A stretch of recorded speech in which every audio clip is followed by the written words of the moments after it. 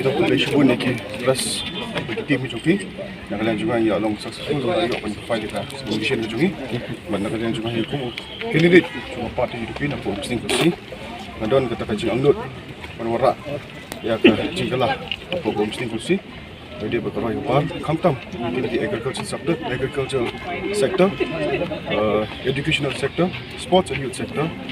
Nang tahu dia kum ke tourism sector, kiwi berhaju upah berwarna ya sustainable development apa ke posting kursi berapa.